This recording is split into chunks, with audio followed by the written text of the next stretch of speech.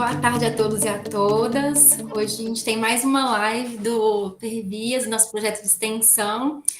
E a gente recebe nossa convidada, a professora Janete, aqui da UFOP.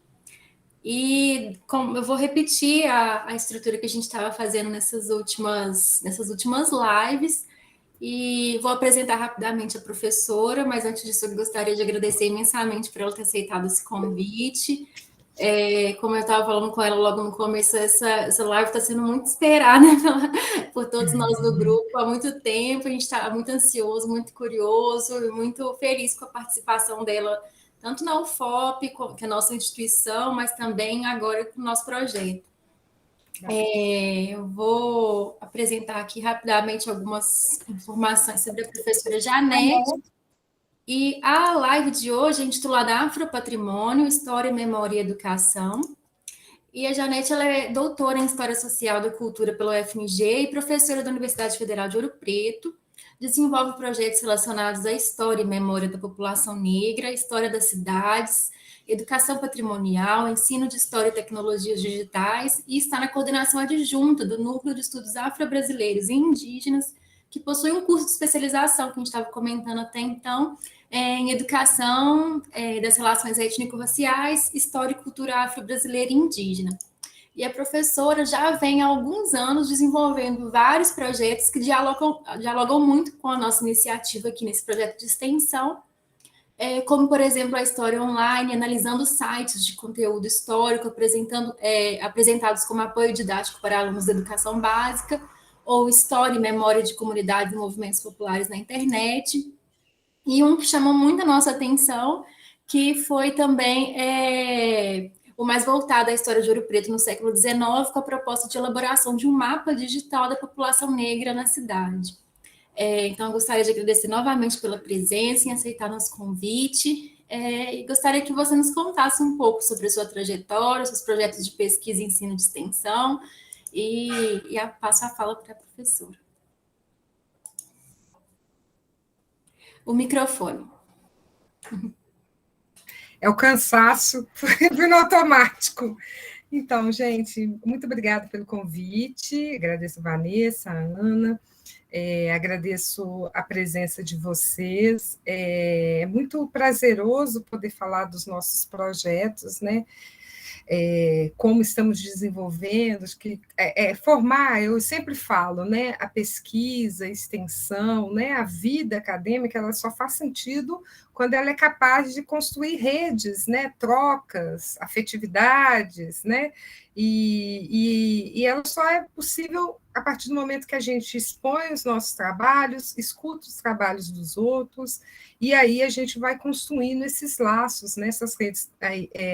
Você mesmo colocou na apresentação, né, alguns trabalhos acabam dialogando com a proposta de vocês. A universidade também tem esse defeito, né? A universidade tem projetos muito potentes, mas muito segregados, né? As pessoas não se conhecem tanto. Deveria ter uma forma, uma possibilidade maior de que os projetos se compartilhassem, né? Melhor até do que aquela apresentar o trabalho, mas que fosse mesmo um fórum de discussão dos projetos, né? Acho importante isso. Eu vou apresentar hoje, eu vou falar um pouquinho para vocês hoje, de um projeto que ele, nos últimos anos, eu acho que poderia dizer, nos últimos 2 anos, ele tem encaminhado a minha vida dentro da universidade. Isso tem muito a ver com a minha participação no NEABI, no Núcleo de Estudos Afro-Brasileiros e Indígenas. Eu chego à universidade em 2009. Em 2009, eu chego no SEAD, que é a unidade da universidade que cuida da educação à distância, e a gente tinha outras questões lá que acabaram nos envolvendo, que é a criação de departamentos, então, essa parte administrativa, vamos dizer assim, da universidade. E, mesmo nesse momento que essas questões eram maiores dentro da universidade, eu mantinha diálogos, em especial com grupos de jovens de movimentos de vilas e favelas em Belo Horizonte, e que tinham como objetivo a construção da sua história, né? o grupo se chama até hoje História em Construção, é muito legal isso, né? São moradores do Morro das Pedras, um conglomerado de vilas e favelas aqui em Belo Horizonte, e que eles não têm nenhuma formação em história, mas de imediato sabem que a história poderia potencializar a mobilização da comunidade em torno da defesa do seu território, né? Então, isso para mim foi um aprendizado. Eu digo que a minha formação na universidade é parte da minha formação e uma segunda parte se faz muito nessa experiência, né? Que é uma experiência de reencontrar com uma série de questões que são muito íntimas a mim, né? A questão da ancestralidade, a questão de ser uma mulher negra numa academia com características tradicionalmente brancas, europeizadas, né? Eu mesma ter uma formação, eu era uma historiadora do século XIX, né? Eu trabalhava especialmente com as elites do século XIX, então isso tudo foi uma reviravolta, né? Mas como aqui a gente está entre historiadores, é muito bom a gente poder dizer que a história ensina isso para a gente também, né? Eu, na universidade, principalmente no mestrado, eu tive o acesso à professora Eliana Dutra, que foi uma das professoras fantásticas que eu tive ao longo da minha formação.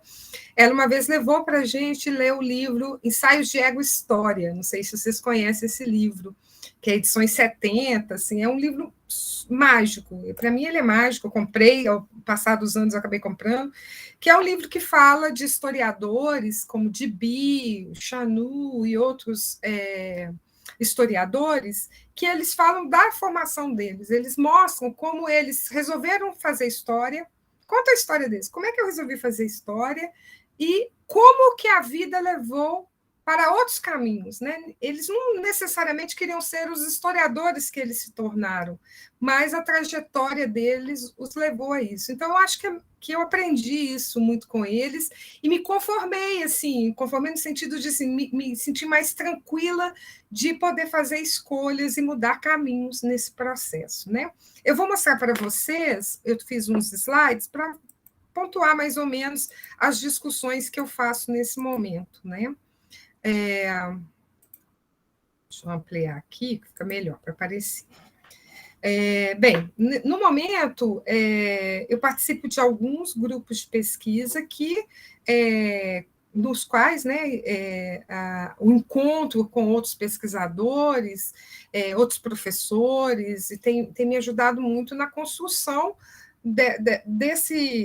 dessa investigação, dessa pesquisa, também desses projetos de extensão que tem norteado e que eu acredito que nortearão minha vida profissional e pessoal também, de agora em diante, né? Então, eu faço parte do GT Emancipações e Pós-Abolição em Minas Gerais, que é um grupo formado por historiadores que estão querendo construir a história, né, negra em Minas Gerais. Da universidade aqui fazem parte o Marcos Vinícius Fonseca, que é do DEDU, e o Luciano Rosa, que é da História, né, e eu. Também faço parte do Práticas Educativas Mediadas por Tecnologias, que é um GT que congrega, né, professores do meu departamento, do DEET, então o Jorge Costa, o André Felipe Pinto Duarte, e que a gente dialoga com professores da educação pública, educação básica, sobre a questão da mediação tecnológica. Estou falando isso porque tem a ver com os projetos que eu vou apresentar aqui, tá?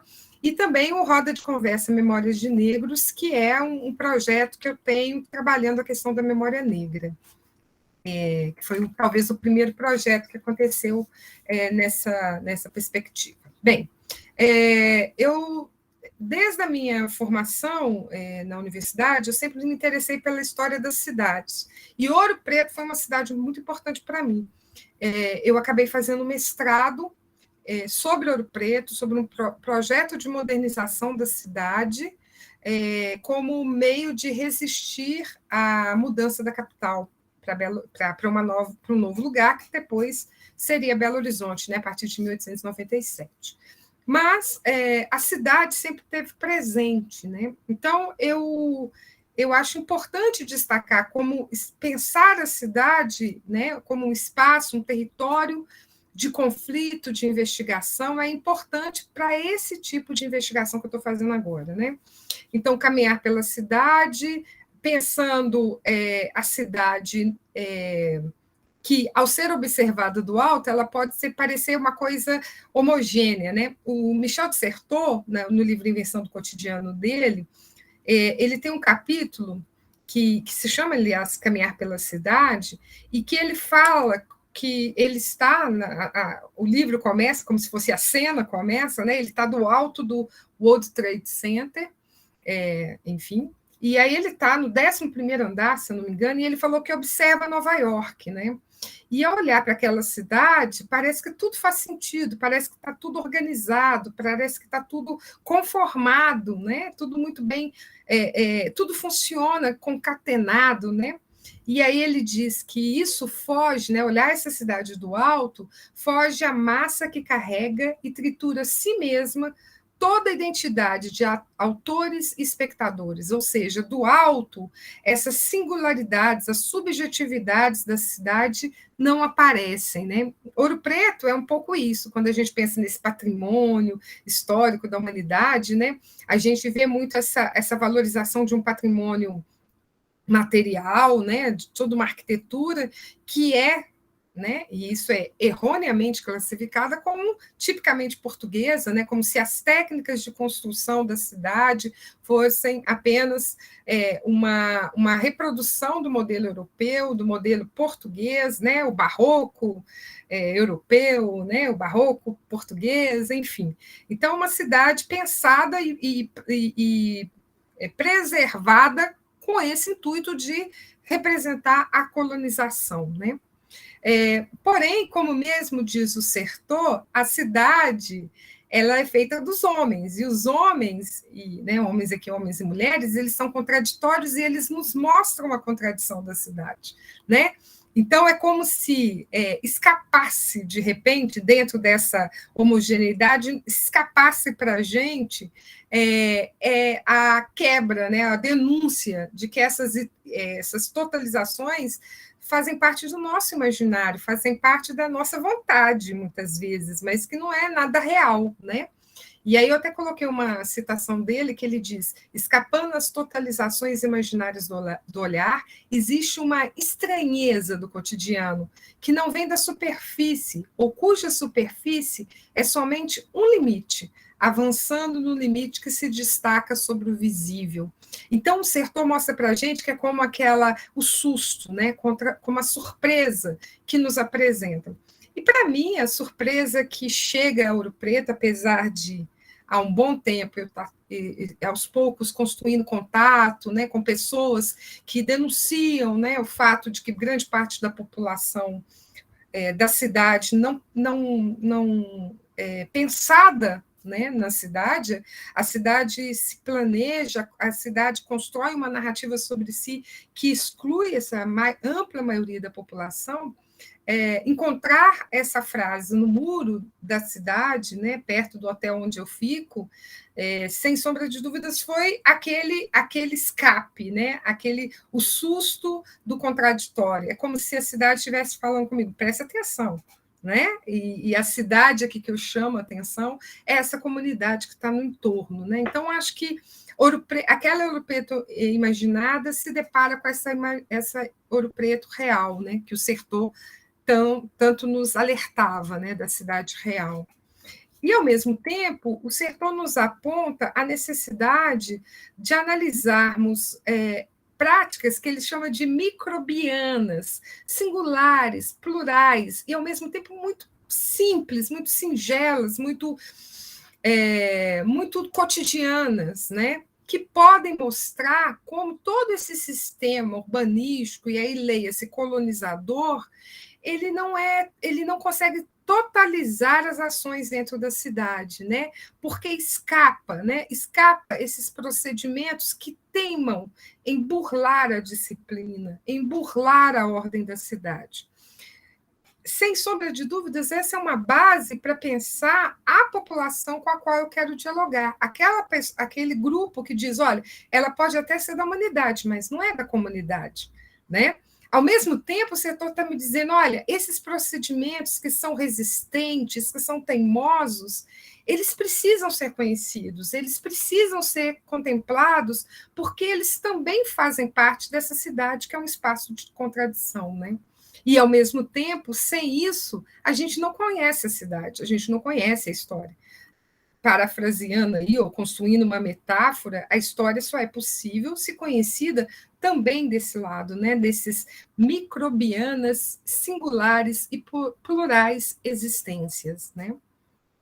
Bem, diante disso, a cidade ganha para mim, e aí eu trabalho Ouro Preto, e eu faço questão de dizer que eu trabalho essa Ouro Preto imaginada e narrada oficialmente. É esse mesmo espaço histórico que eu quero, nesse momento, trabalhar. Por quê? Eu quero criar tensão. Eu quero criar uma narrativa que tensione essa narrativa oficial, porque eu quero justamente essa narrativa oficial é que chega, em especial, a um público que me interessa muito, que são os alunos da educação básica. Porque são esses alunos que vão na sua formação, construindo uma visão de estrangeiros diante da sua própria cidade, né? De visitar a sua própria cidade. Né? Como se essa cidade não fosse representativa também da sua história, porque a história oficial não fala deles. Então, para isso, eu trabalho com dois autores que são muito importantes para mim. A Ecléa Bose, que trabalha muito com essa questão da cidade como um espaço de repertório, de objetos biográficos, de história de homens e mulheres, né, que registram as suas vivências, né, que registram a experiência de viver na cidade. Né? Ao mesmo tempo, o Richard Sennett, em Carne e Pedra, nos conta como as cidades foram construídas para segregar corpos que não se adequavam aos modelos. Né? Basta a gente perceber o centro histórico de Ouro Preto, que é esse lugar que eu quero tensionar, que normalmente, principalmente nos fins de semana, ele é esvaziado da população nativa de Ouro Preto, vamos dizer assim. O morador de Ouro Preto, ele não quer frequentar aquele centro que é para turistas, né? Em que as festas, os eventos são estrangeiros à cultura da cidade, né?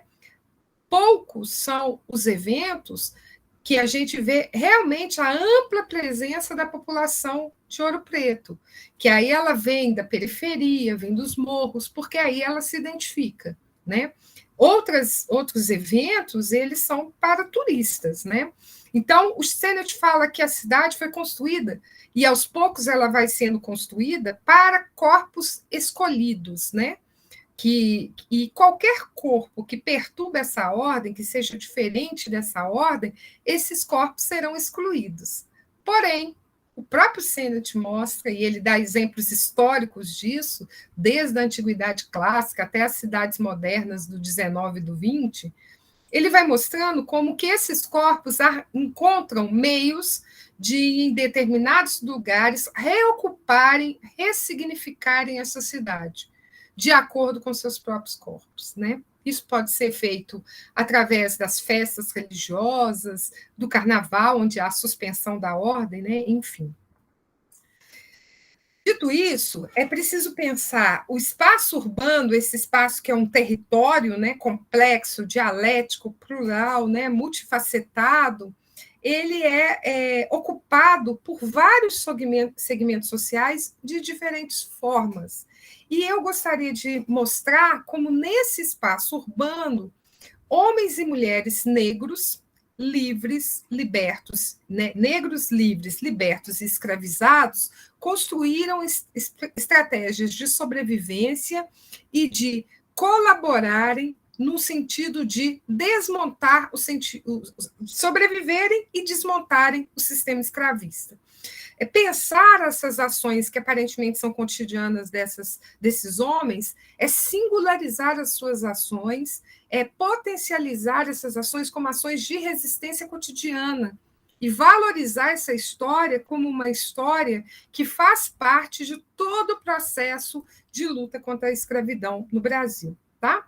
É importante ressaltar também que a observação, né, a descrição de homens e mulheres negros como escravos também é uma estratégia de apagamento das singularidades dos homens negros. Né? Geralmente, a historiografia mais tradicional, ela remete à visão do homem negro como escravizado.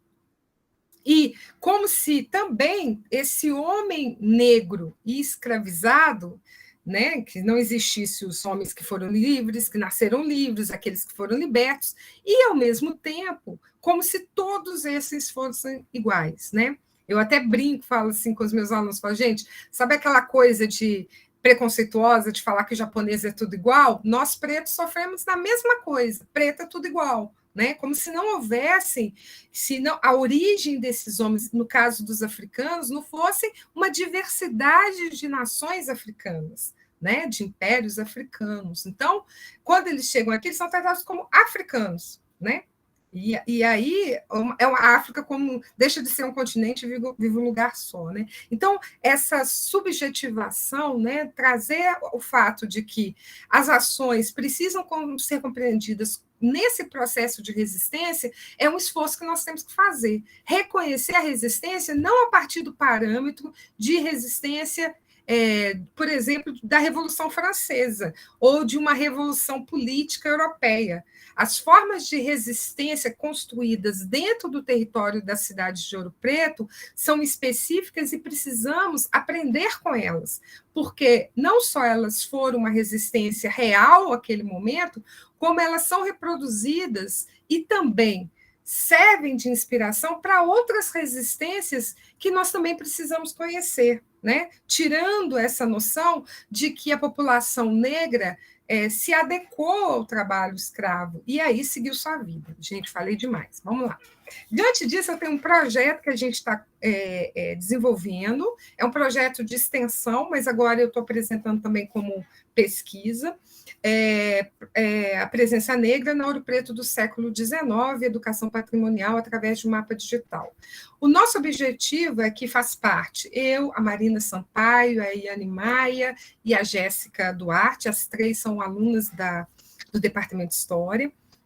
O nosso objetivo não é transformar o mapa algo a ser consultado, é a construção do mapa que nos interessa, porque é uma construção feita de forma colaborativa com professores. Né? O nosso público-alvo são professores e alunos da licenciatura, que a gente possa redescobrir a cidade através de visitas, através da compreensão desses espaços negros na cidade, os espaços que eram ocupados pela população negra e que hoje são tratados como espaços da arquitetura portuguesa, investigar quem são esses trabalhadores, né, que construíram a cidade, que construíram através das artes e dos seus ofícios, né, nomeá-los, perceber, fazer um inventário de quem são essas pessoas, onde elas trabalhavam, que tipo de trabalho produziram. Isso porque, gente, também é muito presente na literatura, por exemplo, sinais do amplo número de negros africanos ou afrodescendentes que participaram diretamente na construção dessas relíquias que está todo mundo aí, né, que todo mundo visita, né, as igrejas, por exemplo, de Ouro Preto. Né? Outro dia mesmo a gente viu um documento em que quando o mestre Taíde estava fazendo as pinturas, né, da igreja, ele foi chamado a atenção porque tinha muitos africanos trabalhando na obra. Né? E aí a gente precisa saber qual o limite desse trabalho. Né? Qual parte desse trabalho são desses negros que lá estavam, desses homens trabalhadores negros, que também não sabemos se são escravizados, né? ou se eram libertos, que tipo de especialidade eles tinham e que ajudaram a construir essas obras. Então, é preciso que a gente valorize isso também, tá bom? Então, também é um trabalho, além de valorizar esse afropatrimônio, primeiro, identificar como afropatrimônio, divulgar o afropatrimônio e promover um processo de educação patrimonial, né? É necessário que a educação patrimonial ela deixe de oficializar essa leitura oficial da cidade e que ela passe a procurar alternativas de pensar a cidade. Então, nós estamos falando da população negra, mas a proposta é que, nesse processo colaborativo, que nós possamos criar outras temáticas. Por exemplo, a mulher negra em Ouro Preto, né? A existência da mulher negra em Ouro Preto, enfim, várias outras temáticas que podem ser desenvolvidas a partir daí, tá bom? Essa imagem foi uma das primeiras imagens que para a gente sintetizava muito do que é o trabalho, né? Essa é uma gravura do Debré, uma prancha do Debré, e ela tem um objetivo mostrar a administração portuguesa, que são os cobradores de impostos. Nosso objetivo é trabalhar esses documentos, todos esses documentos históricos, iconográficos, escritos, musicais, né, porque temos muita música, né, construída por mestiços, mulatos e negros em Ouro Preto, as bandas de música substancialmente formadas por negros na cidade, né, e nos distritos. É importante a gente perceber que esses documentos produzidos tem um olhar europeizado, obviamente, o Debré ele mostra a administração, mas nos chama a atenção essa presença quase translúcida, né, desses personagens aí, né, esses dois trabalhadores da cidade. E é justamente inverter esse documento que é o nosso objetivo, trazer essas pessoas à frente e poder ver quem são esses trabalhadores. Até porque foi se construindo historicamente também uma desqualificação desses trabalhos que eram realizados pelos negros, né? Em especial no 18, 19, e isso continua na desvalorização do trabalho realizado, principalmente os trabalhos manuais, realizados pela população negra, né? Ainda hoje. E é importante ressaltar que, em especial no século XIX, esses trabalhos eram os trabalhos de ponta da sociedade, né? Então, quando a gente fala de trabalhadores que estão fazendo reformas urbanas, é necessário a gente perceber que esses trabalhadores estão fazendo trabalhos muito complexos de engenharia, de procedimentos, de assentamentos de peças, né? Ou construindo peças que vão estar embelezando a cidade, outras dando utilidade à cidade, né? Então, a cidade não funciona sem esse trabalho. Então, como é que a gente pode menosprezar o trabalho desses homens e dessas mulheres? Né? Então, isso também é uma construção histórica no sentido de desvalorizar o trabalho manual e dizer, esse trabalhador, ele não tem técnica, ele não tem habilidade, ele não tem conhecimento, por isso ele é esse trabalhador menor, né? Bem, é assim que a história vai apagando ou desqualificando a nossa presença dentro da cidade, né? Vou pular esse documento aqui. Bem, não, vou voltar. É necessário, então, para nós, no projeto, identificar esses trabalhadores, né? Por exemplo, recuperar trabalhos como o da Judite Martins, né? Que faz aí um inventário de cada um dos trabalhadores em cada uma das obras urbanas, seja religiosas, seja laicas, né? Da cidade. Então, eles mostram lá quem fez o contrato, mas mostra quem são os trabalhadores, se são mulatos, se são negros, se são livres, né, se são escravizados. Então, recuperar esses sujeitos é muito importante para a gente entender quem construiu essa cidade, né? E perceber que há uma continuidade disso, né? Então, perceber que é o Eugênio, que é o carroceiro que faz a limpeza da cidade lá no 1913, que é o Inácio que tira as terras da rua, que é o Firmiano que apanhou o lixo da varrição diurna, né? O Manuel Pinto é um carpinteiro muito procurado, porque ele faz os caixões para os animais comerem milho. Então, são trabalhadores muito importantes na lógica de funcionamento urbana e que foram, no passar do tempo, deixados em segundo plano dentro da história, né? Da construção da narrativa sobre a cidade. Subjetivizar esses homens, torná-los sujeitos, né?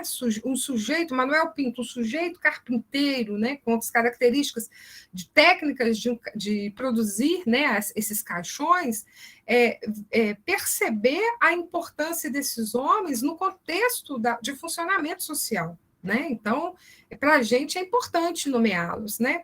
E muita gente fala assim, mas para que é importante dar nomes? Né? Eu falo assim, mas por que vocês deram o nome o tempo todo? Por que agora nós não podemos falar o nome dos nossos? Né? Eu quero saber do Eugênio, eu quero saber do Inácio, enfim. O Burton, a gente pegou muito nesse, principalmente por causa da pandemia, né, gente, que a gente foi interditado, né, a possibilidade de ir para os arquivos, e a gente vai agora, estamos sedentos de vontade para os arquivos. A gente trabalhou muito com essa bibliografia mais tradicional mesmo, né? Por exemplo, os viajantes naturalistas, né, do século XIX, que vieram para Ouro Preto e fizeram as suas descrições da cidade. Normalmente, a gente leva em consideração, né, o humor, os filtros deformativos, todo esse processo de cuidado com esse tipo de fonte, com esse tipo de informação. Mas eles nos ajudaram muito, e tem um livro também da Ilka Boaventura, né, que trabalha com antropologia de viagem, ela também vai mostrando como que esses viajantes vão mapeando a presença negra no espaço urbano de Minas Gerais. Então, esses livros nos ajudaram, esses textos nos ajudaram a identificar alguns lugares que consideramos importantes aí para a população negra, né? Como o espaço da cidade, como o espaço do trabalho. E aí eu chamo a atenção para o comércio, que é uma atividade até hoje importantíssima, né? Para o artesanato, né? Que é o que hoje é visto como algo manual, algo, vamos dizer, primário, etc. e tal, mas era a indústria da época, a gente não tinha megas indústrias na época. Então, esse é um processo de produção do século XIX, e esses homens tinham essas técnicas, tá?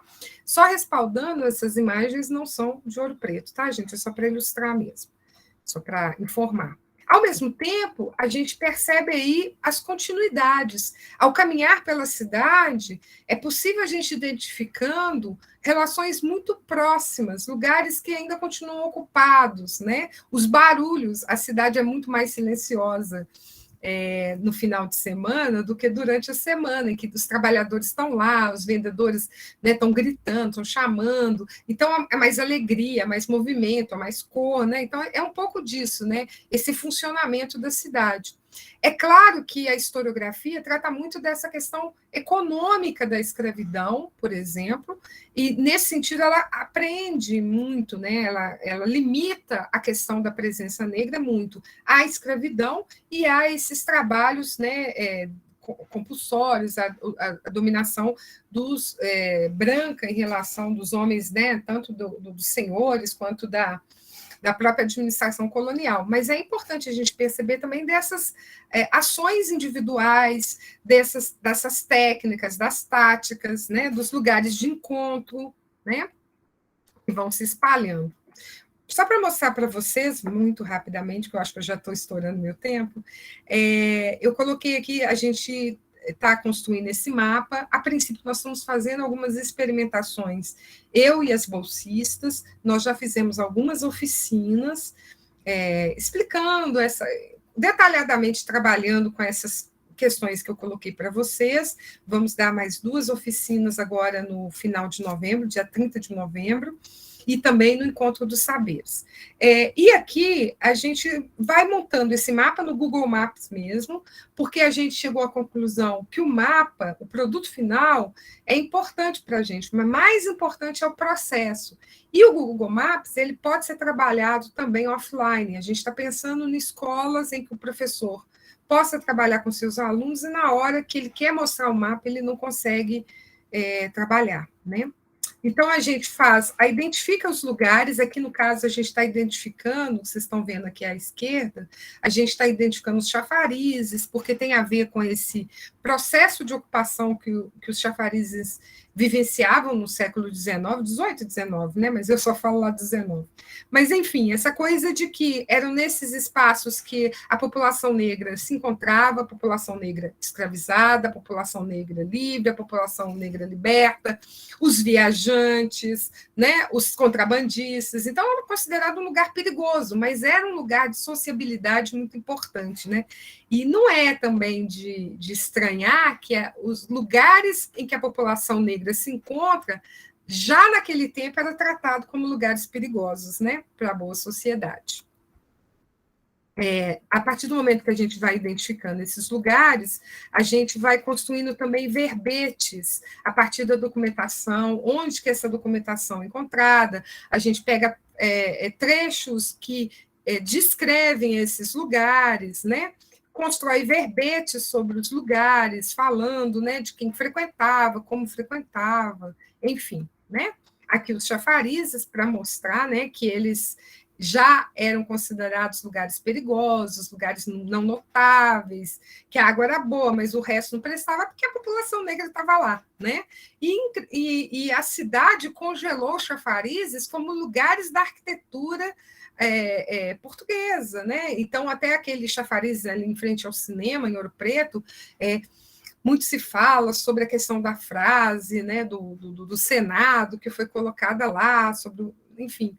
O que é importante realmente era a ocupação, né, o lugar construído pelos produtores da cidade, mas o lugar consumido pela população da cidade. E esse era um lugar tipicamente negro, né, de frequência da população negra. Né? Muito en passant, eu vou falar dessa questão das irmandades religiosas, que é uma questão mais conhecida, né? A gente tem mais um trabalho maior sobre a questão das irmandades, a presença dessa questão do coletivismo, aí vem as marcas da própria construção das igrejas, dos templos, né? Os rituais que são realizados, né? A aproximação com os rituais africanos e afro-brasileiros, né? Igrejas, né, como a de Santa Efigênia, outro dia a Sidney apresentou para a gente no evento do arquivo histórico da Câmara de Mariana, ela mostrou bem várias representações africanas simbolizadas ali, representadas na igreja, e isso mostra para a gente que as marcas negras elas se espalham pela cidade, mas elas precisam de um olhar treinado, porque elas foram espalhadas pela cidade de forma que apenas aqueles que pertencessem à comunidade, eles pudessem ver, eles pudessem identificar, assim como os amuletos, os balangandãs, né? Os vários símbolos usados nos corpos, eles também estão espalhados pela cidade, né?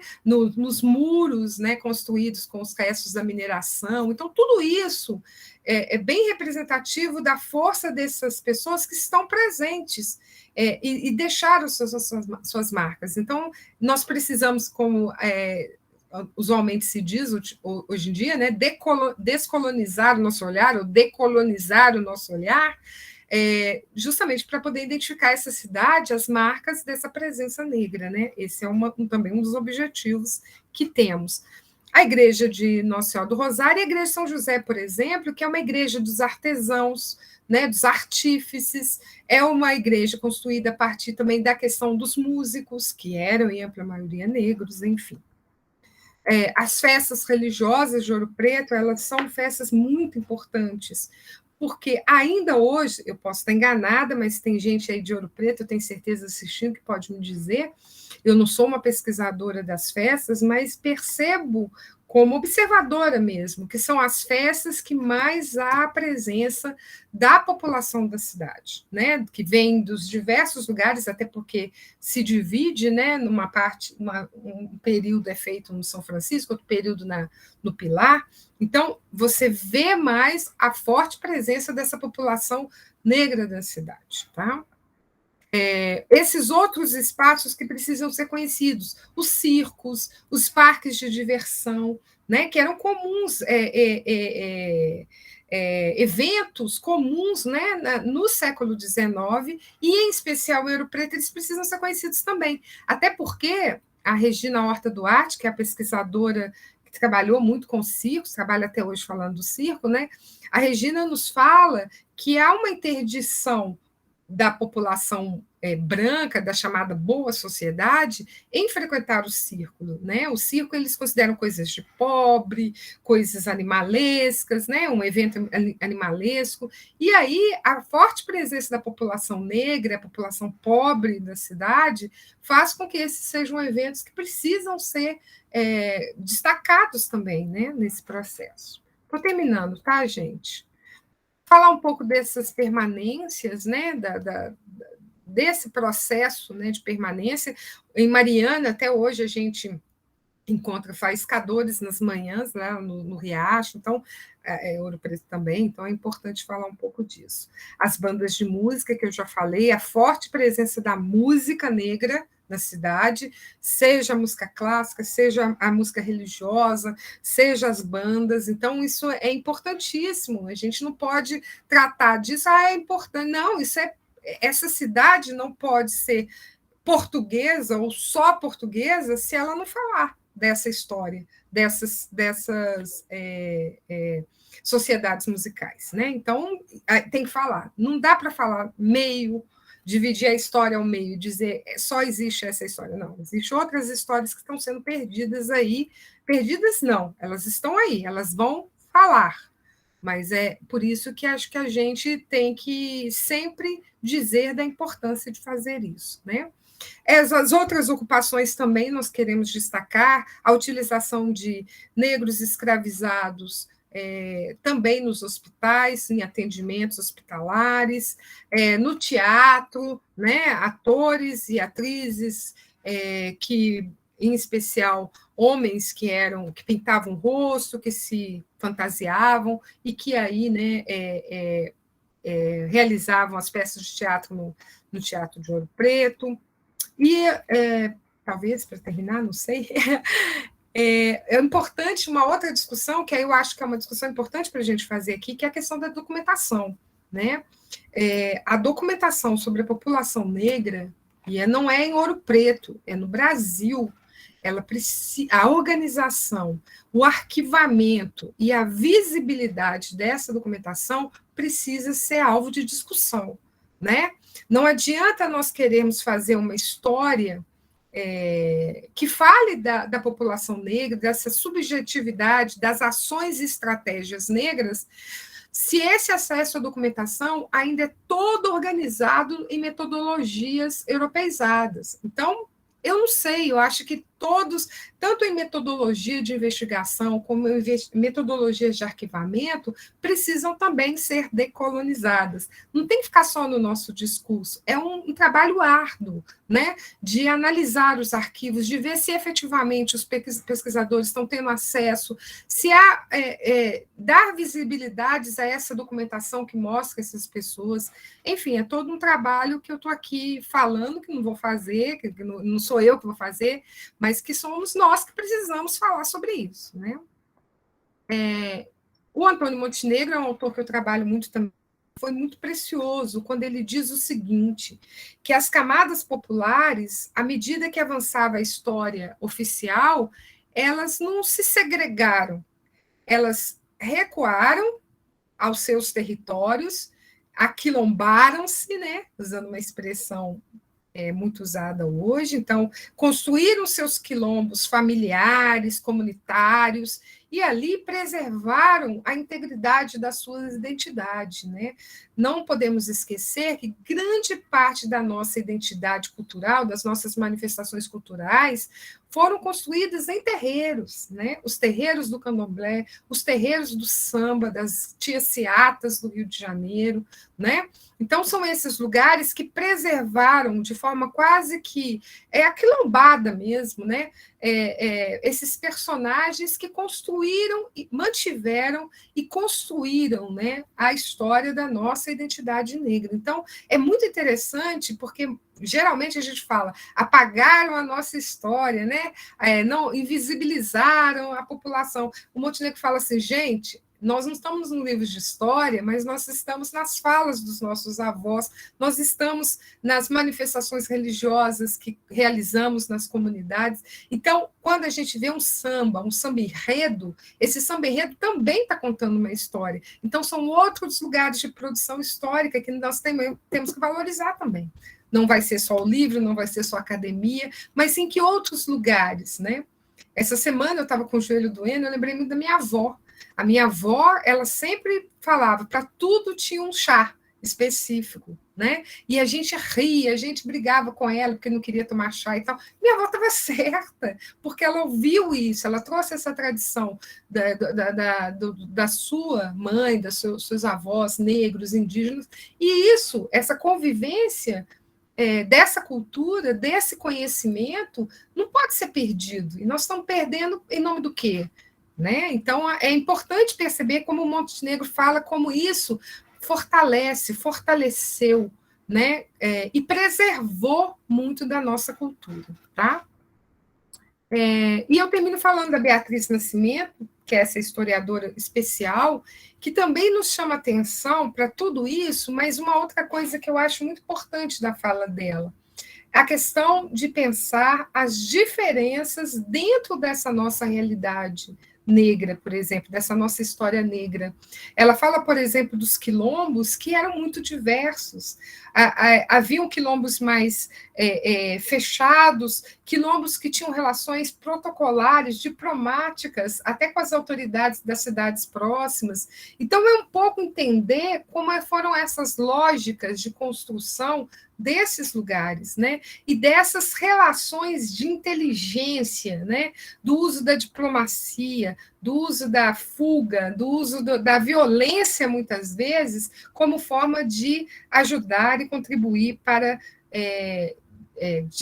como é que eu falo? Desmobilizar esse sistema escravista, né? Sem a ampla participação e subjetividade, né, das ações de homens e mulheres negros, essa abolição não existiria, mesmo não sendo a abolição que nós queríamos, né?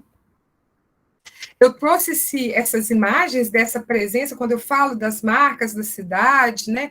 Outro dia eu vi a Sidneia mostrando também essas duas imagens, que são os cachimbos achados no mundel da casa dela, né? Que são esses espaços, restos, né? Das minas, aquelas imagens nas paredes lá na rua direita, da casa da rua direita, né?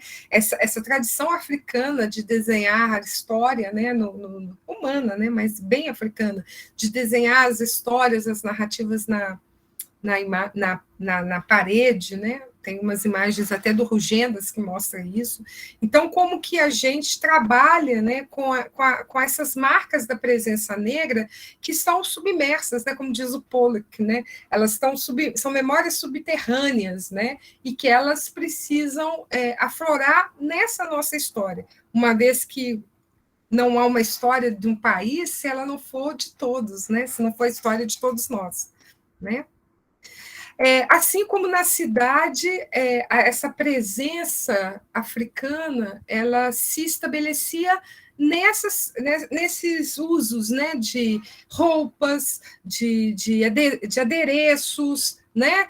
De lenços, de pinturas, né? Nas faces, ou seja, a reafirmação e a ressignificação do ser africano, o ser afro-brasileiro, na Ouro Preto do século XIX, era muito presente. Né? E por que isso não está representado na cidade? Por que isso não ganha a visibilidade da cidade? Por que um museu, né, como diz a Anila Batista nos fala muito, por que esse museu, né, nacional, que é o Museu da Inconfidência, ele vai lá e quando ele diz, até tinham negros aqui, ele mostra a escravidão, né? Então, onde que está a capacidade criativa, técnica, inventiva dessa população, inclusive para para resistir à escravidão, inclusive para todo dia quebrar mais um pilar desse sistema escravista. Por que isso não aparece? Até porque, como a gente fala que a história fala muito do passado, nos fala muito do presente, isso tem muito a ver até com o processo de construção de um discurso de que a população negra não queria estudar, que a população negra não se interessa por política, que a população negra não precisa ir para a universidade, que a população negra não é capaz de criar esse país como se não fosse, né, efetivamente, como nós mostramos o tempo todo aqui, presente nesse processo de construção. Então, é um pouco disso que nós falamos. Na verdade, é uma série de provocações que a gente, ao longo do trabalho, vai tentar, de alguma forma, trazer mais e mais possibilidades e mais pesquisadores para dialogar. É isso, gente. Desculpa o tempo. Obrigada, professora, pela excelente fala, pela apresentação maravilhosa, gostamos muito. Já tenho aqui umas 2 questões, eu também trouxe umas questões para comentar aqui. Quem que ainda quiser fazer pergunta, pode fazer também. Eu vou iniciar com as 2 perguntas do chat, aí depois eu passo para o meu comentário, tá bom? Primeiro, o Felipe Santiago, que é do nosso projeto, ele perguntou, professora Janete, primeiro parabenizou, né, incrível, extremamente necessárias suas pesquisas e abordagens, já trabalhei em projetos de educação patrimonial, principalmente em Mariana, mas questiono como transformar todas essas novas abordagens, novas pesquisas em linguagens interativas para crianças e adolescentes das cidades históricas. E questão que é aparentemente óbvia, né? Mas conhecemos que os currículos formais nos impedem explorar esses espaços e temáticas. E também a Raíssa Keller, que agradece a apresentação, sempre muito clara e potente, e gostaria de saber como tem sido a atuação do projeto nas escolas. Então, como vocês chegam às escolas, ou se são elas que recorrem ao projeto, se são escolas de Mariana e Ouro Preto, né? Essa também era uma questão que eu queria saber, assim, como que é essa mediação entre o projeto de extensão e as escolas. Então, primeiro, Felipe, né? Felipe, esse desafio é que eu acho que é o grande desafio que nós estamos nos propondo. Não há possibilidade da escola, da universidade, desculpe, construir um modelo, um método e passar para os professores. A proposta do projeto é o contrário, é a gente, na convivência com os professores, eu falo muito o seguinte, o projeto foi pensado para trabalhar da seguinte forma, a gente tem um espaço no laboratório, por exemplo, lá no DET, no SEAD, a gente tem laboratórios lá que às vezes ficam lá vazios. Sentar os professores, tomar um café e a gente começar a pesquisar isso. Por exemplo, usar aplicativos, usar uma série de coisas. Não que nós tenhamos respostas ou receita do bolo para os professores, mas construir um espaço. Sabe a Hannah Arendt, espaço da liberdade? Nós vamos criar o espaço da criação disso. Obviamente que isso é muito complexo, porque os professores têm uma carga de trabalho enorme. Eu sou uma professora de 40 horas, eu não dou conta das minhas 40 horas, mas eu posso colocar lá, entre as 40 horas, eu vou ficar lá, sei lá, 5 horas no laboratório. E eles podem fazer isso? Então, para que isso ocorra, é necessário que a gente trabalhe também com as secretarias municipais, no caso de ensino. Então, hoje em dia, eu posso dizer o seguinte, eu tenho um diálogo com a Casa do Professor de Ouro Preto, com a Cláudia, inclusive, desses cursos que nós vamos dar agora, dia 30, um deles vai ser específico para os professores, que aí ela vai me ajudar a montar, etc. e tal. Para quê? Para que a gente comece a afiliar pessoas nesse projeto. É mais ou menos isso. Vem, será que dá? Enfim, para que a gente possa construir projetos maiores em que a gente possa inserir, por exemplo, esses professores e justificar a carga horária dele lá. Né? Agora, a linguagem é um grande desafio, porque a academia nos molda muito, e falar com as comunidades é muito difícil. Quando eu fui trabalhar lá no Morro das Pedras, eu cheguei achando que eu ia ensinar para eles. Eu saí da UFMG achando que sou aluno da UFMG, né? Acabei do doutorado na UFMG, enfim, vou lá ensinar eles. E eles ficavam me olhando assim, falando, legal, mas e aí? Até que um dia eu percebi que eles estavam pegando e transformando isso. Então, a gente lê um texto do. Ai, como é que é aquele autor geógrafo da gentrificação, gente? Como é que é o nome dele? Ai, eu esqueci o nome dele aqui agora. Enfim. E aí uma menina que estava lá falou, mas peraí, isso aí tem a ver com a vila e tal. Aí a tradução disso, a mediação disso é muito importante.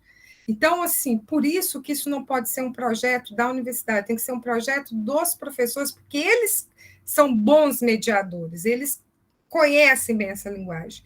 E o meu sonho, aí é o meu sonho, que aí eu espero que ainda realize, é que esses projetos consigam produzir material didático para a escola, entendeu? Que a universidade veja que isso é importante mesmo, sabe? Que gaste dinheiro com isso mesmo, porque esse material é um material que que o menino vai levar para casa, que a mãe dele vai ver sem querer. Então, eu acho que é um conjunto de coisas. O que você coloca é um desafio. É um desafio, mas assim, eu acho que a gente já começa a falar, né? Felipe, você está querendo.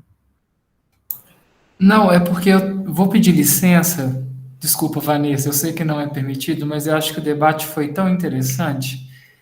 E, né, Pode como eu falar à apoio vontade. Mariana, você não acha também que ali, nesse caso específico de Mariana Ouro Preto, a universidade pode entrar mais em interface e, junto com os professores, construir um material Sim, sim. para essa intermediação, mas um material construído dialógico entre Aham. professores, Uhum. mas em que os professores da rede possam, e aí sairmos desse currículo padronizado e criarmos um material próprio, que eu acho que as cidades necessitam disso. Sim, Felipe, eu concordo e acho mais. Acho que nós estamos no momento, por exemplo, em que as regras engessam, né, completamente o ensino. Então, esses escapes, como lá diz o Sertor, ou como diz o Walter Benjamin, um instante de perigo, né? Então, esses momentos vão ter que ser construídos por nós. Então, até a mobilização de que crianças e jovens possam participar dessas... Porque o quê? São oficinas, as oficinas a princípio, e aí respondendo um pouco para a Raíssa também, as oficinas foram pensadas para serem uma espécie de exploração da cidade que é feita coletivamente, ou seja, você faria uma visita pela cidade, identificando, claro que coordenada, planejada, mas que a gente experimentaria uma série de aplicativos, por exemplo, aplicativo de contagem de passos. Mas para que isso serve? Gente, inclui isso aí, que você já cria uma mobilização em parte dos alunos, que um grupo vai ficar especializado e responsável por isso. É tudo para que, no final, cada um tenha uma informação sobre essa visita e possam construir um conhecimento sobre isso juntos, porque o objetivo é isso, construir juntos, né? E aí, o que acontece? Duas coisas dificultaram o andamento desse projeto, nesse momento. O primeiro é que eu saio em 1900, gente, que é isso? 2018, segundo semestre, eu saio para o pós-doc. Aí eu fiquei um ano fora. Quando eu volto em outubro de 2019. Outubro de 2019. Bem, voltei animada, reapresentei o projeto Feliz da Vida, pandemia, fechou tudo. Então, não dá para fazer. Então, o que nós fizemos? O que foi possível fazer? Esses levantamentos estão sendo feitos pelas bolsistas e nós estamos trabalhando um espaço de oficina com professores e alunos da graduação.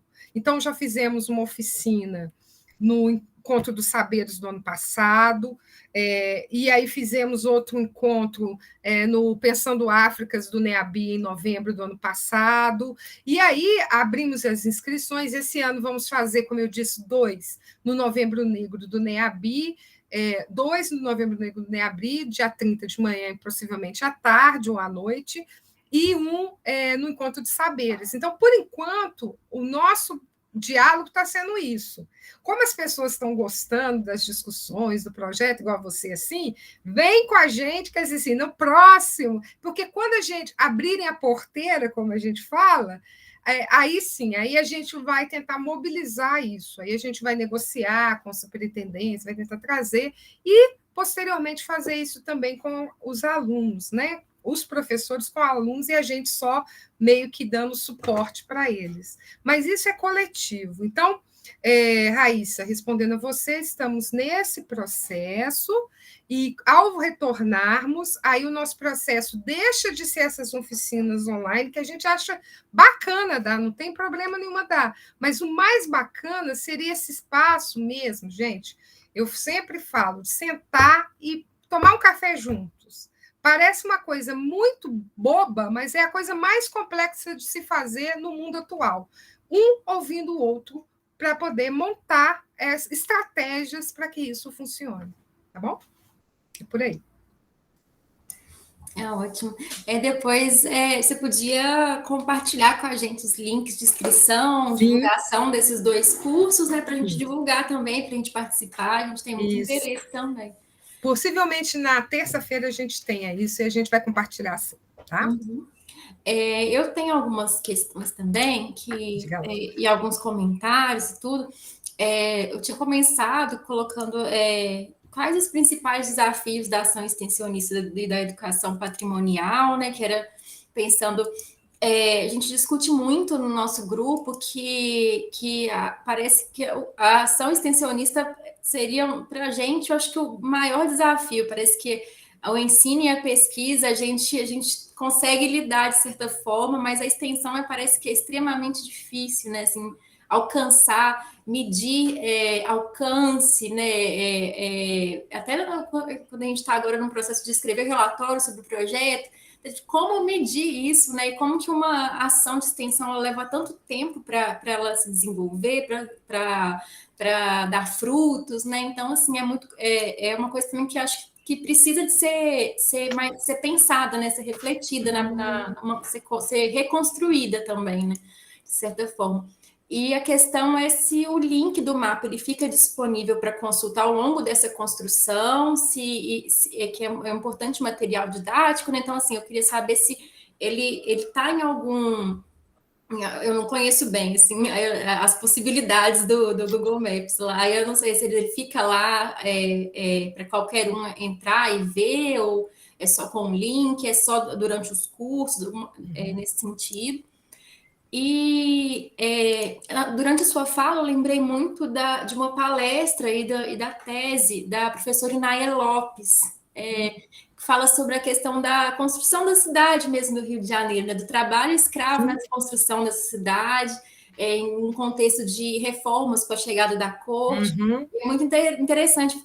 Eu lembro que na fala dela, eu sempre ela fala, se não me engano, era assim, global porque escravista, e ela pensava no conceito de cidades globais, e ela não citou Ouro Preto, ela não citou nenhuma cidade de Minas na fala dela. Eu ficava assim, gente, não é possível que ninguém pensou em fazer isso com Ouro Preto, né? Em pensar isso, trazer isso para cá. Muito por causa, ela pensando muito na questão de pelos portos, né? Pela questão ela relacionava muito Rio de Janeiro e Bahia, né, e Salvador, né?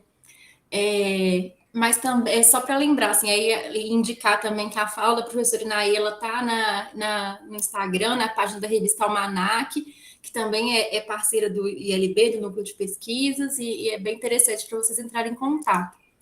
E em relação às irmandades e à construção de capelas, e também a sua própria fala sobre a Sidneia, sobre os elementos de matrizes africanas nas igrejas, a igreja de Santa Efigênia, eu também fiquei pensando muito nisso antes mesmo da sua fala, assim, que nos nossos projetos, principalmente o meu e o da Andressa, que dialogam muito com irmandades do Rosário, das Mercês em Ouro Preto, a gente também tenta pensar essa espacialidade devocional, a construção das capelas, os locais de moradia desses membros, Então, a gente faz esses bancos de dados pensando na descrição mesmo, que ao entrar para a Irmandade eles falam onde eles moram. Então, pode ser uma contribuição muito boa para o seu projeto também, né? Para a gente dialogar aí essas fontes. Uhum.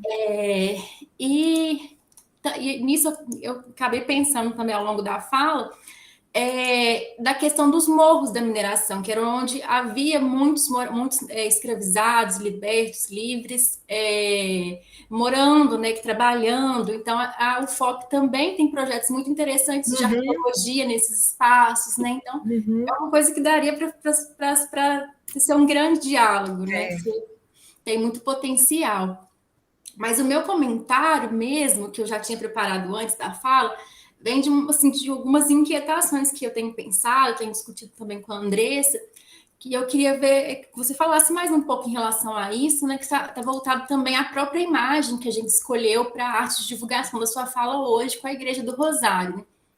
Nós temos tentado pensar cada vez mais na questão passado e presente da escravidão em Mariana e Ouro Preto, refletindo sobre o que é considerado e o que é divulgado como memória e história nas narrativas e nos monumentos. E vemos, por exemplo, Pelourinho e Mariana como um referencial turístico, muitos artigos já refletem, questionam isso, né? Enquanto há uma ausência de memoriais, outras alternativas para valorização da cultura afro-brasileira e indígena.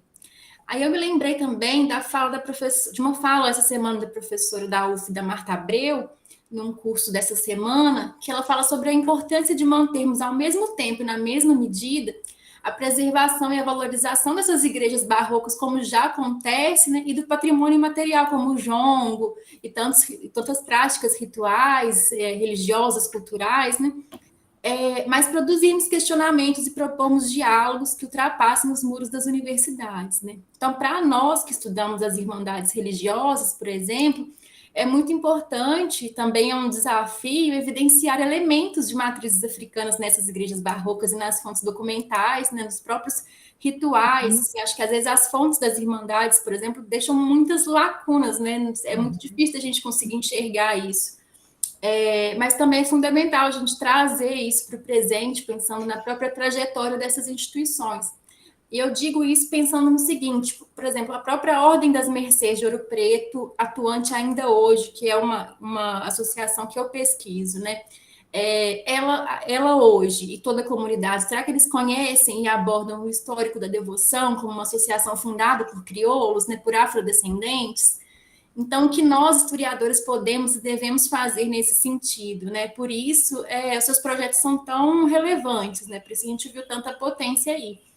E eu cito também, para finalizar, já estou falando demais, o projeto do coletivo Movimento Rosário dos Pretos, em Mariana, que também chamou muito a nossa atenção, no qual a gente também indica para que todo mundo acesse o site, o Instagram e tudo, no qual a comunidade local realiza um trabalho de valorização do bairro, da Igreja do Rosário, práticas religiosas e culturais, né? Articulando isso a narrativas de memória e cultura afro-brasileira, né? Inclusive em um contraponto ao núcleo mais central, né, do centro histórico. Então, é mais ou menos isso, assim, uma reflexão, também que algumas coisas, assim, na sua fala também são inquietações nossas, que para a gente é um grande desafio, né? Bacana. E agradecer mais uma vez pela sua fala. Obrigada, Vanessa. Isso, né? São essas inquietações, eu acho que inquietações são boas, né? Eu acho que se a gente tivesse achando que estava tudo bom, que era ruim, né? Eu acho que assim, essas inquietações e poder falar delas, né, nesse espaço da universidade, isso é tudo que eu queria na vida, né? Eu acho que por isso estar na universidade para mim é tão importante também, né? Com quem eu posso dialogar, com quais temas eu posso dialogar. Então, hoje, assim, eu não negocio essa temática, essas discussões, por nenhuma outra, né? Então, assim, eu acho que isso é muito importante para mim hoje, né? E, a despeito de qualquer coisa, eu acho que nós precisamos construir esse compartilhar dessas informações, né? Primeiro, dentro da universidade e fora da universidade.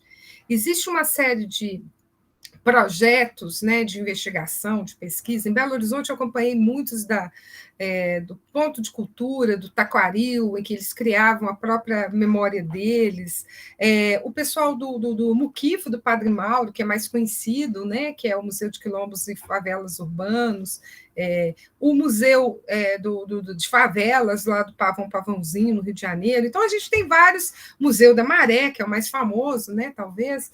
Então, são todas experiências da comunidade. Eu acho que a mudança, essa aproximação com as comunidades para a elaboração, até mesmo com a comunidade de professores. Quando eu falo comunidade, não estou falando só da questão das irmandades, eu estou falando até dos professores. É um entendimento nosso, a princípio, de que a universidade fez movimentos, e a universidade, quando eu falo, são os professores da universidade, os pesquisadores da universidade, os alunos da universidade. Nós já fizemos muitos movimentos que afastaram esses grupos do nosso contato, né? Muitas vezes, a nossa aproximação desses grupos, dessas comunidades, foi meramente para retirar essas informações e produzir os nossos trabalhos, né? Então, ouvir essas comunidades e dar-lhes protagonismo, talvez seja isso a expressão que eu queira colocar, talvez a questão mais importante. Então, assim, eu toda vez nos meus projetos que eu coordeno, eu pouco apareço. Ultimamente, eu nunca fui tão aparecida na minha vida, né? Acho que é por causa dessa coisa, fechou, foi para as lives, aí eu estou aparecendo demais. Mas os meus projetos, eu sempre fui a que menos aparece. Eu acho, assim, que, primeiro, um bom caminho para esse laço são os alunos, né? Mas aí os alunos têm que se parecer com essa comunidade, mesmo se eles não parecem fisicamente, mas eles têm que compreender o que é essa comunidade. Então, quebrar um pouco com esse lugar que a gente acha que é o lugar do saber que a universidade tem. E eu só acredito na construção desse tipo de memória, desses tipos de acervo, por exemplo, de memória, desses objetos biográficos, dessa construção dessas narrativas, que partam da própria comunidade. A gente pode dar suporte técnico, mas eles que fazem escolhas. Na Vila das Antenas, eu acompanhei eles por mais de 3 anos. Eu dei oficinas lá de o que é documento, como é que cataloga, como catalogar. Eles tinham vários projetos de fotografia, como catalogar fotografia, catalogar isso, catalogar aquilo. No final, eu vi que eles não... que aquilo não interessava, porque não era isso que eles queriam. Eles queriam um museu digital. Falava assim, a gente quer que você ajude a gente a montar um museu digital. E eu, à medida que eu fui conhecendo eles e ouvindo eles, eu sempre falava com eles, é isso mesmo que vocês querem? Será que é isso mesmo que vocês querem? Sabe o que eles construíram de lá? Uma galeria de arte. Não tem nada a ver com o museu. É uma galeria de arte. Nessa galeria de arte, nesse espaço, eles fazem reuniões, fazem cursos, fazem um monte de coisa, mas é ali, mostrando a produção da própria comunidade. Então, assim, esses desafios acho que são os maiores, né? No que tange à universidade, os projetos de extensão da universidade que dialogam ou que poderiam dialogar, eu acho que a gente vai ter que propor isso para a universidade, porque eu acho que ela não vai fazer. Eu acho que nós vamos ter que propor, por exemplo, em torno dessa temática, um grande seminário que a gente possa juntar os nossos projetos, né? Por exemplo, eu conheço o pessoal da arquitetura que está fazendo projetos de memória da cidade, né? Tem projetos, tem trabalhos de extensão, de TCC, de monografia, todos sendo feitos na arquitetura em relação a isso, né? E outros departamentos, outros cursos que os alunos estão se dedicando a isso, né? A própria pós-graduação, né? Uma das primeiras coisas que nós fizemos no projeto, a gente levantou a produção da pós-graduação de História, por exemplo, né? As teses e dissertações do Departamento de História que tinham a ver com Ouro Preto, porque nós trabalhamos só Ouro Preto. E nós ainda não conseguimos conversar com essas pessoas, entendeu? E visibilizar esses trabalhos também. E aí, à medida que a gente vai conhecendo, eu acho que a gente precisa, chegou a hora de fazer algo que nos visibilize, né? Ao mesmo tempo, existem os pesquisadores que não estão dentro da universidade, que também precisam ser ouvidos, os trabalhos também precisam ganhar visibilidade, porque são importantes, né? Como eu falei aí, o próprio Du, né, lá do Veloso, ele tem a dissertação dele de mestrado, foi dentro da universidade, né, foi na escola de engenharia, e o trabalho dele é um trabalho que tinha que ser publicado, né? Tinha que ser publicado, porque ele tinha que chegar. O trabalho lá educativo que ele faz, né, fazendo na mina, é importantíssimo. Agora, o trabalho dele precisa ser conhecido, porque é um trabalho de muita qualidade, conta muito dessa história. Então, eu acho que é um pouco isso. Eu não vejo. Eu vejo essa potência ganhando ainda, se multiplicando, ganhando mais potência, a partir dessa construção de redes.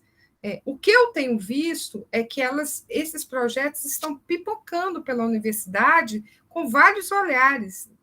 Tem a história, tem a letras, tem a educação, tem a engenharia, como eu disse, tem a música, tem muita gente fazendo muita coisa. Então, é necessário a gente realmente construir um formato, e aí, como eu digo, não vamos ter que esperar, nós que vamos ter que nos mobilizar para isso, para construir um evento, ou um projeto, um programa que traga isso, né? que nos congregue a todos, né? Até porque, muitas vezes, a solidão, cria-se uma solidão em relação aos projetos que a gente desenvolve, né? Eu, por exemplo, gosto de ver sozinha, por isso que eu engaixo, né? Agarro minhas bolsistas assim, ó, Jéssica, Marina e Anê, e outros, né? Poliana e Denilson, lá da museologia também, porque senão a gente fala sozinho, e fala sozinho é péssimo. Então, assim, gostaria muito de conhecer o projeto de vocês, assim como vocês queriam conhecer o meu. Então, a gente tem que conversar, né? E fazer isso de uma outra forma, não de uma forma tão formal como a universidade propõe, porque senão a gente não consegue, né? A gente fica, como é que eu vou dizer? A gente tem que construir sem aquilo que é a pior coisa que tem dentro da universidade, que é a vaidade acadêmica. Então, a gente tem que ter isso. Porque o trabalho, gente, é Hércules. Dá para todo mundo, tem tema para todo mundo. Eu brinco assim, dá para fazer qualquer coisa, porque é muita coisa. Todo dia eu leio um artigo sobre Ouro Preto no século XIX, que eu falo, putz, por que eu não pensei nisso? Por que eu não fiz esse projeto? Né? E não são projetos assim, direcionados, não, mas são maravilhosos. Maravilhosos. Então, acho que é um pouco isso. Não sei se eu te respondi, se eu divaguei demais, eu estou um pouco cansada, eu já estou divagando, mas é um pouco disso que eu acredito, sabe, Vanessa? Era isso mesmo, e também a gente concorda, a gente está pensando da mesma forma, né? A gente aqui no grupo, vai ser bem interessante a gente dialogar esses projetos e pensar nessas conexões, né? Igual eu tinha falado, né? Esses projetos que a gente acaba criando, assim, de extensão, de educação patrimonial, a gente tem que pensar a longo prazo, né? Assim, isso não vai ser só 1 ano de projeto, 2. Então, a gente precisa manter essas redes mesmo. Essa semana, só para completar, como eu disse, eu faço parte do GT lá, né? Emancipações e Pós-Abolições. Semana passada, a gente teve um encontro de trabalho com a professora Vanicleia Silva Santos, né? Qual é o nome dela? Que está lá nos Estados Unidos agora e tal. Então, a gente marcou com ela e fizemos uma conversa com ela. Nossa, gente, que é isso? Ela fez uma lista para a gente de temas que são importantes para a gente fazer sobre a história negra em Minas Gerais. Assim, ela fez uma revisão bibliográfica para a gente maravilhosa, e depois ela foi pontuando para a gente, assim, e a gente falou assim, como eu não pensei? A gente tem 1 milhão de ideias, aí chega o outro e traz mais 1 milhão, né? Mas também temos uma potência, por exemplo, sobre a questão africana, afro-brasileira, enfim, a africana, eu acho que é melhor, a história da África. Tem o Moacir, que saiu aí né, Moacir Maia, que saiu aí do CHS, que é um pesquisador, nossa, fino. Esse rapaz, eu falo rapaz porque acho que ele é mais novo que eu. Esse rapaz, eu conheci ele no curso de turismo. Ele foi fazer uma fala no curso de turismo e me chamaram para falar. Depois da aula dele, eu falei, eu acho que eu não consigo nem falar mais, tanto que eu fiquei emocionada. Então, como que a universidade forma um cara desse? Eu estou dando só um exemplo, tem outros tantos. Como é que a gente forma um cara desse, uma potência? A tese dele acabou de ser premiada nacionalmente. É um cara que, assim, nossa, e eu fiquei imaginando, Felipe, ele dando aula com crianças, porque ele mostrava aquelas imagens, estátuas africanas dos reis, ele mostrava aquilo, e eu falava assim, acho que meus sobrinhos iam viajar na fala dele. Primeiro que a fala dele é muito boa, e é um cara que entende muito de arquivo também. Então, olha para você ver, nós temos, né, gente chegando, a Sidneia mesmo está chegando agora no mestrado da história, né? Então, e já tem uma trajetória fora da universidade. Então, olha quanta coisa que a gente tem para potencializar isso, né? Infelizmente, eu não trabalho com Mariana, trabalho só com Ouro Preto, mas eu acho que a gente, mesmo assim, a gente não pode perder essa perspectiva, né? Acho que é isso. Sim, e o Moacir também tem um projeto, assim, maravilhoso, de Senhores de Suas Casas, né? Que Nossa! Para pensar esses locais de moradia também, da população negra, né? Muito interessante. Nossa, também. muito legal, muito legal. Então, gente, alguém tem mais alguma questão, mais algum comentário? Aqui a Raíssa falou que as vagas esgotadas da oficina do Encontro de Saberes, vai ter que aguardar a próxima. Já acabou? Ai, Jesus. Acabou, mas são poucas, porque também, senão a gente não consegue conversar, né? Põe lá 100, 200, a gente não consegue conversar. Mas para o encontro agora do fim do mês... Não, do dia 30 ainda nem marcamos o horário, nem arrumamos link, nós vamos fazer isso tudo na segunda-feira, por volta, quer dizer, na segunda não, na terça, né? Que segunda é feriado. Terça ou quarta-feira a gente já divulga para vocês, tá bom? E o Felipe pediu a fala? Não, rapidinho, mais uma vez, parabenizar a professora Janete, achei incrível, né, a apresentação hoje. E só para atenuar, sem terminar mesmo, a necessidade de conectar, né, inconectar esses projetos que ocorrem na universidade e às vezes têm o mesmo objetivo, mas não dialogam. Eu acho que a pandemia talvez um lado positivo, né, possa ser igual nós estamos vendo agora, né, com o nosso projeto Pervias e o projeto que você coordena. Eu acho que talvez, voltando às nossas atividades presenciais, né, assim que as nossas vacinas permitirem, possamos organizar eventos, porque nós estamos, né, com o nosso projeto, a Vanessa está aí fazendo a nossa intermediação.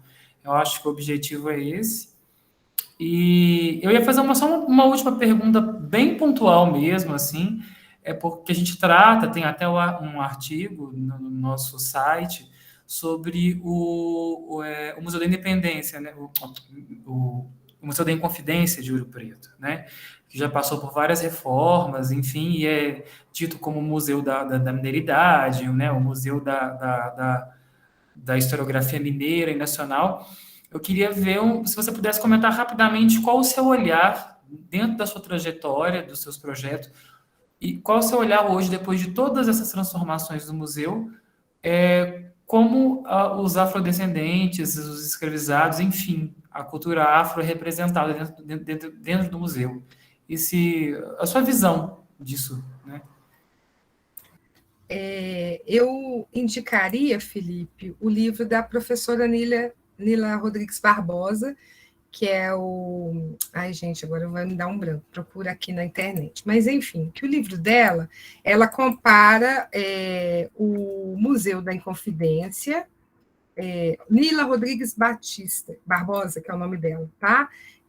O livro dela, ele compara o Museu da Inconfidência e o Museu do Ouro, lá de Sabará, tá? E ele é um trabalho maravilhoso, porque é museu e etnicidade, tá? E ela fala justamente sobre a representação negra no espaço museal. E o que ela aponta para a gente é justamente a inexistência da representação negra, né? Então, ela fala uma coisa que é absurda, gente. O museu, primeiro, né, a narrativa é a narrativa da colônia, né? O Museu da Inconfidência, ele começa com representações coloniais, ele é a representação colonial, né? E é isso, né? Ele é a representação, e quando nós, negros, aparecemos, somos os escravos, mas não somos os escravos, somos escravos diante os escravizados diante da perseguição. São geralmente instrumentos de tortura, etc. Mas descolados da violência da escravidão, que é um processo de apagamento também da violência da escravidão no Brasil. Né? Quer dizer, você trata negros como escravos, o negro é só escravo, você fala que ele que não quer e tal, mas ele se adapta bem. Ou seja, a violência disso, né, é igual, eu mostro muito assim, eu comento até na minha casa.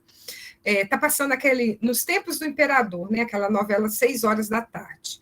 A visão da população negra ali, né, essa convivência, o negro entra a qualquer hora no palácio, fala com o imperador a qualquer hora, entra em todos os lugares, é muito diferente da representação de uma cena, não sei se vocês já viram, do Dr. Gama, né, que é aquele filme maravilhoso sobre o Luiz Gama, que tem uma cena que ele está na varanda da casa de uma senhora de engenho, e o diálogo dela com ele é a escravidão no Brasil, era o que era o sistema escravista no Brasil. Né? Eu não vou dar spoiler aqui, porque eu não vou fazer isso com vocês. Mas o tamanho da violência é absurdo. Aí você fala assim, gente, eles estão no País das Maravilhas nessa novela. Não minto, eu assisto, que eu adoro, século XIX, até as roupas eu gosto, né? Enfim, os batuques misturados, Selton Mello, eu não aguento, eu assisto. Mas é necessário dizer que é um mundo de fantasia, gente. Né? E essa violência ela é apagada. Então, tem isso, né, no Museu da Inconfidência. A Nila faz muitas outras críticas, né? E é sempre isso, né? E ela fala, ó, é tão grave essa representação nossa, né, de nós negros, que acontece que no museu, por exemplo, de Belo Horizonte, criado em 1897, depois de 1897, ou seja, era república, tá lá. A única coisa de negro que tem lá é um instrumento daqueles galhos que punha no pescoço. Ela falou, para quê? Se a gente já não tinha nem escravidão, por que isso está lá? É para dizer quem nós somos e onde que nós temos que ficar. É a afirmação disso, né? Então, eu acho que esses lugares de memória oficial, eles não falam da gente. Eu confesso para você, o dia que eu fui na Portela, eu vou terminar, viu, gente? O dia que eu fui na Portela, que eu já tinha bebido umas 2, e eu vi uma coisa de acrílico, e lá dentro estava o chapéu do Zequete, eu chorei muito. Ali eu entendi muito da minha história, entendeu? Ali estava muito mais representada a minha história do que no Museu da Inconfidência e nesses outros museus. Não acho que não tem que ir, não. A gente tem que ir lá, tem que ver, tem que criticar. Eu adoro ir no museu, vou em tudo quanto é museu no mundo todo, onde que tem eu vou.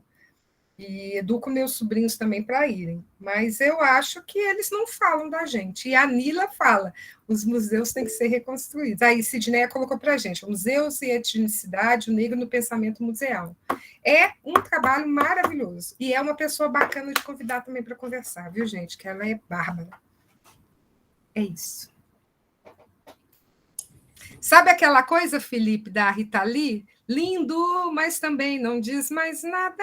É mais ou menos isso, o Museu da Inconfidência. Agora, a Ana pediu para eu falar também. Então, eu estava até pensando se eu deveria falar ou não, por conta do horário avançado aí, mas, enfim, não, eu só queria primeiro agradecer também e parabenizar pelo trabalho, que é isso, né, que a gente está rodeado de trabalhos importantes sobre esses assuntos e a gente não conversa, né? O próprio termo da universidade fica meio perdido nesse negócio, porque não está sendo muito universal nossas produções. Mas... Matou a pau agora. Mas na minha dissertação, eu esbarrei nesse tema, né? Porque é isso, a gente não consegue... e nem tem que conseguir estudar a história do Brasil sem esbarrar nesse tema. E uma das coisas que você falou me chamou muita atenção, principalmente relacionada à música, porque eu estudei duas bandas de música no mestrado, né, de 2 distritos, só que de Mariana, não de Ouro Preto. Uhum. E uma das coisas que me chama atenção é isso, a quantidade de bandas que a gente tem numa cidade tão pequena, né, como Mariana e Ouro Preto. Mariana tem 11 bandas em atividade hoje, Ouro Preto tem mais ou menos isso também, então, assim... e me passa pela minha percepção isso de que é um espaço onde que as bandas você tem banda desde o século XVIII, e de ser um espaço onde esse tipo de diálogo cultural era, né, existia essa possibilidade de um diálogo nessas instituições, né? Por mais que, lógico, a gente tem que considerar que existia uma hierarquia, né, na cultura, enfim, né, que você falou muito bem e tal. E eu li um livro que já é mais antigo, mas que fala muito sobre isso também, e do controle da música e, sobretudo, do controle dos corpos, né? Que foi uma coisa também que me chamou muita atenção e que a música tem muita relação com isso, né? Que é o do JFG, que é o Machixe, que é a Dança Excomungada, que é um livro muito que fala justamente sobre isso, que o machixe, por ser o funk da época, né? Uma música que tinha origem europeia e da polca e do lundu, né? Que tem origem africana e tinha muito essa coisa que era do par engatado, né? Então, assim, era uma música que tinha uma movimentação que, enfim, não era muito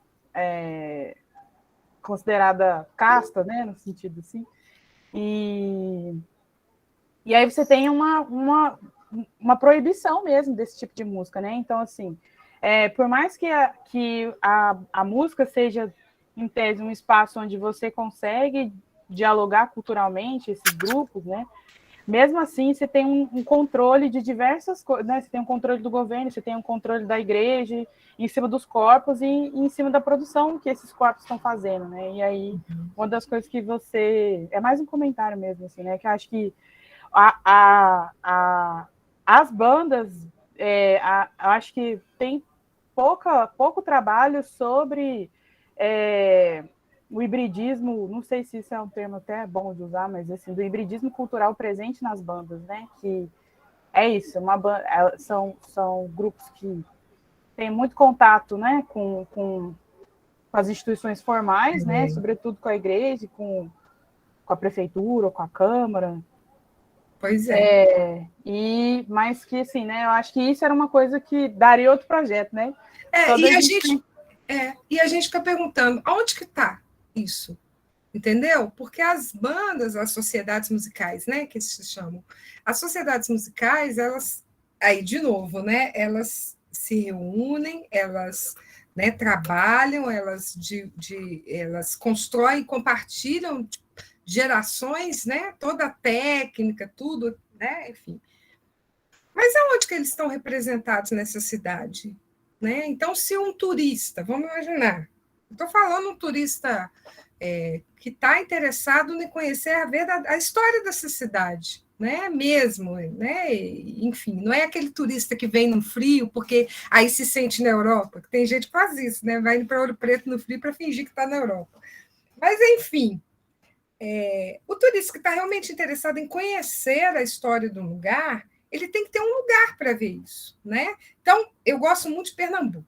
Pernambuco é um estado em que eles estão nem aí para os modelos do Sudeste, né? São Paulo, Rio, eles não estão nem aí. Eles têm, a cultura deles é fervilha nas ruas, à noite você dança ciranda a noite toda, misturado com rock and roll, não tem problema não, mas a ciranda está lá do mesmo jeito, a pessoa não troca de roupa para dançar ciranda lá.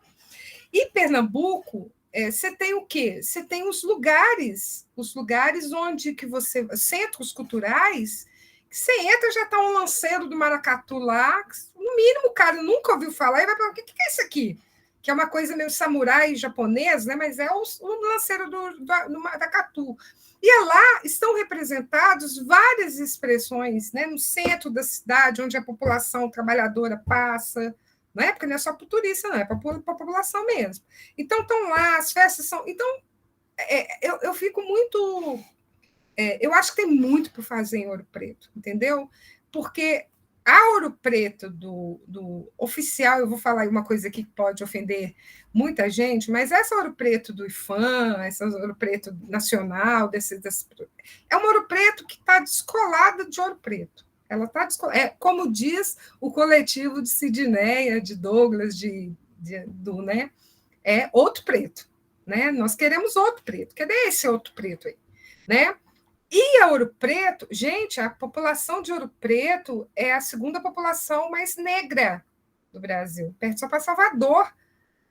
E olha só Salvador, olha a visibilidade que você tem de Salvador da cultura negra, na rua e nos lugares de memória, né? E aqui?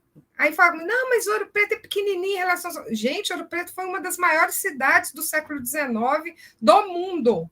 Tinha uma das maiores populações do mundo.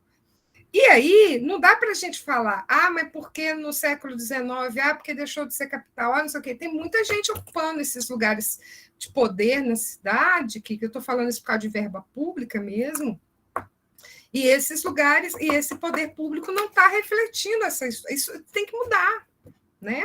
Ao mesmo tempo que nós temos uma universidade dentro dessa cidade, e a história de Ouro Preto, me desculpe falar, eu também agora participo do programa de pós-graduação, mas a história de Ouro Preto ela é secundária na perspectiva de pensar a história do departamento de história mesmo, vamos falar a verdade, né? Do departamento de história. Então, a gente tem uma expectativa da museologia mexer um pouco com isso, do turismo, né? O turismo precisa mexer com isso também, porque, né? Enfim, a gente sabe dos problemas também. Então, é isso, né? Eu acho, sabe, Ana, que esse adestramento dos corpos, né, que eles tentaram fazer com os nossos corpos, né, os corpos dos nossos antepassados, não deu certo.